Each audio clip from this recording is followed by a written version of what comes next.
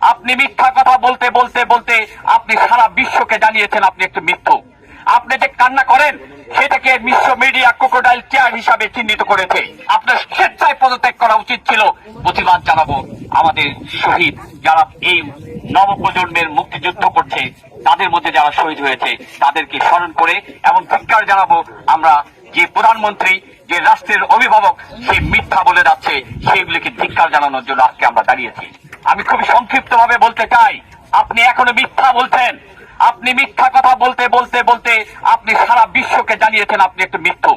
আপনি যে কান্না করেন সেটাকে বিশ্ব মিডিয়া ক্রোকোডাইল টিয়ার হিসাবে চিহ্নিত করেছে। সঙ্গত কারণে আমরা বলতে চাই, আপনি এখন উল্টে দিয়েছেন আপনার বয়ান। এখন আপনি বলেন আপনার মেট্রো রেলের চেয়ে জীবন নাকি আপনার কাছে মূল্যবান, অনেক মূল্যবান প্রাণ ঝরে গিয়েছে। অথচ ধিক্কার জানাতে চাই, আপনি এখনো শহীদদের লিস্ট করতে পারেননি। আপনি তাদের তালিকা করে এখনো জাতির সামনে প্রকাশ করতে পারেননি। আপনার লজ্জা থাকা উচিত। ক্রমাগত ভাবে ইন্টারন্যাশনাল মিডিয়া আপনাকে যেভাবে বলছে আপনি কিন্তু বুঝছেন না। আমরা বক্তব্য সংক্ষিপ্ত করতে চাই, একটা কথাই বলতে চাই, আমরা এখন আর ছাত্র নই।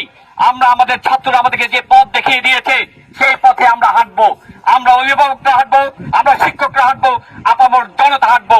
আমরা মনে করি আপনি এই রাষ্ট্র বিনির্মাণে একটি বাধা হিসাবে আমাদের সামনে উপনীত হয়েছেন। আজকে কয়টা দিন যাচ্ছে আপনার একটুকু আত্ম অনুশোচনা হচ্ছে না। সঙ্গত কারণে আমরা মনে করি আপনার বিদায় ছাড়া এই দেশ আর শান্তি পাবে না। সঙ্গত কারণে আমরা আপনাকে বিদায় করে ছাড়বো যতক্ষণ পর্যন্ত আপনার হুঁশ হবে না। আপনার স্বেচ্ছায় পদত্যাগ করা উচিত ছিল, আপনি দায়ভার নিচ্ছেন না। সঙ্গত কারণে আমরা বসে থাকবো না। আগামীতে সবাইকে আমি সাধুবাদ জানাই, বিশেষ করে ড্যাফোডিল ইউনিভার্সিটি থেকে যে শিক্ষকরা আমাদের সাথে সংহতি জানিয়েছেন তাদেরকে আমরা জানাই সালাম। আমরা এই কথা বলতে চাই, বেসরকারি বিশ্ববিদ্যালয়ের ছাত্ররা সবচেয়ে প্রাণ দিয়েছে এবং দেখে দিয়েছে তারা ফার্মে মুরগি নয়। আপনার এই অঙ্গুলি হিলনে আপনার এই পেটোয়া বাহিনী তাদেরকে রুখে দিতে পারে নাই। সঙ্গত কারণে আগামীতে সকল শিক্ষা প্রতিষ্ঠান, সকল সবাই আমরা যদি এইভাবে জেলে নিতে থাকেন, আমরা স্বেচ্ছায় কারাবরণ করব। দরকার হলে আমরা সবাই জেল ঘেরাও করবো, তবুও আমাদের ছাত্রছাত্রীদের নিরাপত্তা দিতে আমরা কুণ্ঠাবোধ করবো না।